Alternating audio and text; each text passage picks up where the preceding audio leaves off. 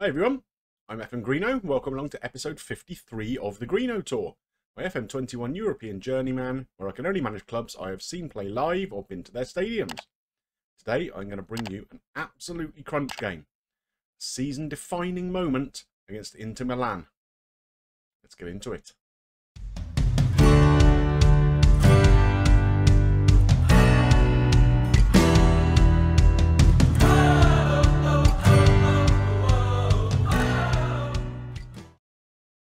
Three, two, one. Before we get into that big game though, we have had our youth intake preview. You may remember, last season we had that really good prospect, Davor Vucevic, come through. And with a bit of luck, we might get some more of the same. Apparently we have the real golden generation. There's a good Finnish central midfielder who's caught the eye. A fine prospect as a forward. A top prospect in the middle of midfield, a very promising centre-back, a healthy number of new full-backs. This sounds pretty encouraging. Form, thankfully, has picked up somewhat in recent weeks. We were together for that Sparta Prague game, weren't we, where we won 2-0, Thielman getting one of our winning goals, and he's been the man who's inspired our return to form. We played against Wolfsburg away from home, and he scored all four in a 4-0 win. What a performance that is, a 10 rating. We then played Werder Bremen at home. He got two more in the first 10 minutes. And then we won 4-0 overall. Very good. Fortuna Dusseldorf was our next game. I rotated the squad a lot, bearing in mind the Inter Milan game coming up. But I left Thielman in the squad because obviously his form he's been in. He scored the winner. So I'm hoping for more of the same today. Let's go and see how we're set up. Once again, I reverted to our most familiar back four to give us the best chance of winning, I hope. Browner, Guevara, Onguene and Pinheiro. Mariba and Morin. Morin playing in that ball-winning midfielder role. Batista, Priska and Skov in the attacking midfield roles. Dennis Mann is still out injured. And Thielman, the man in form, 8 goals in his last 4 games, up top. Gebhardt's in goal. He missed the last game through injury, but he's back for this one. Let's get to the stadium. So there's our lineup in all of its glory. A packed house here in Köln. Inter Milan's lineup. Lots of big name players in there. Lukaku still there. Skriniar still at the club. Tolisso is there at fullback.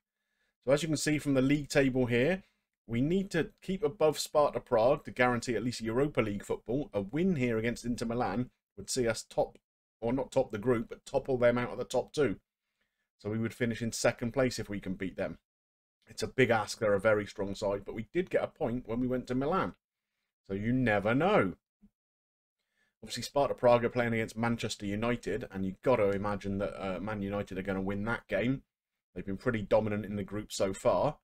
We've been in pretty good form, though, as you've seen recently, so I'm fairly confident we're not going to get battered. I mean, that's about as good as I can say right now. We've not done a lot so far in the game, though. We've restricted them quite well. So it continues as 0-0. We seem to have matched into now, though. We've had in fact, we've come into the second half of the first half a little bit stronger. We've had a few efforts on goal. Obviously nothing highlight-worthy, unfortunately, but there's always the second half, isn't there? But I can't say I'm too dissatisfied to go in at 0-0 at half-time. So what are we going to say to the boys? I think we're going to tell them we're fairly pleased with how things are going. There we go. We've inspired and motivated them. Let's get them out for the second half. As we can see, Manchester United must have taken the lead against Sparta Prague. Sparta Prague are 2 points behind us now. So we don't really have to worry about them too much by the looks of things.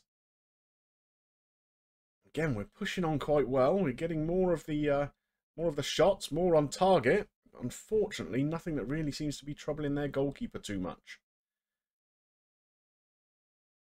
Just a few minutes till I'm going to make a couple of substitutions and maybe change the tactics up. In fact, I'll go and do that right now. So I've made a couple of personnel changes. Smorgol and Orestano even are on. Hopefully that's not going to immediately lead to an Inter Milan goal. Oh, goodness me, a bit of pinball in the box there. I have moved from the balance to a positive mentality too. So we've got to try and go for it a little bit. Like I say, there's not much to lose. In fact, we might even go attacking, because if we can pinch a winner, then of course we go above Inter Milan in the group. Right, just a couple of minutes left. Let's see what else we can do. So Batista, Myskov and Mariba are all a bit tired. The wide midfielders are a little out of form too, both on 6.5s. We do have Francavina who can come on, so we'll bring him on.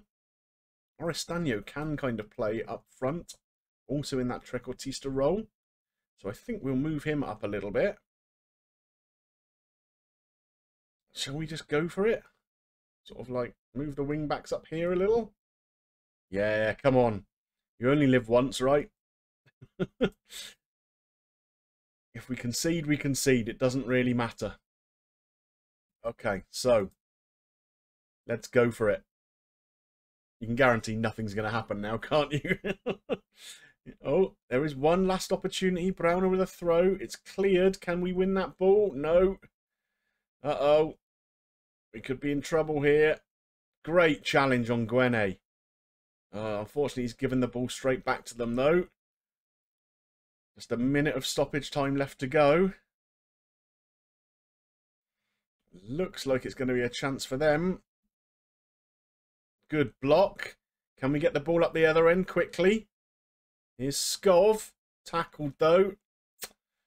Oh, that's a shame. If we could have just got the ball up to the front men then, we might have had an opportunity to pinch the game. Small goal. Oh, he's giving it away as well.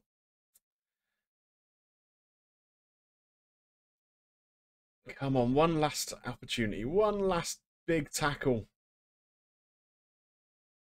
Nobody wants to do it. Oh, just too late in the game. Just too late. Oh, it's finished 0-0. Quite an entertaining 0-0 for the spectators, I imagine.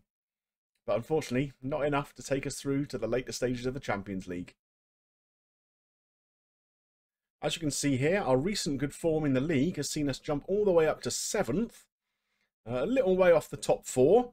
Still 5 points behind Bayer Leverkusen in 4th. But only a point behind Hertha and Leipzig. They're in 5th and 6th. So we're definitely moving in the right direction. Of course, after that game against Inter, we finished 3rd in our Champions League group. I guess that's probably where we would have been expected to finish when the draw was made. And that will see us drop down into the Europa League. So obviously we still have some European football after Christmas. Now, we have a winter break coming up. And then, of course, the transfer window is in and around that too. So what I think we're going to do, we'll go through the transfer window and I'll come back either for the 1860 Munich game in the Cup or the Leipzig game in the league. And we'll see if we've brought anybody in, let anybody out, and have a look at the form over these 3 games since the winter break. Well, I hope you enjoyed today's episode. The game didn't quite go our way, but I think we put up a valiant effort nonetheless. And yeah, things seem to be going in the right direction. But if you did enjoy it, please drop a like on there for me. Helps me get seen by more people, of course. And if you've got any comments about this episode or the series as a whole, I would like to see them below. And of course, if you're not yet subscribed to the channel, click that button and come and hop on the Greenobus. There's plenty of room for you all. It just remains me to thank you for watching, and I will see you soon with some more action here with Köln. Bye for now.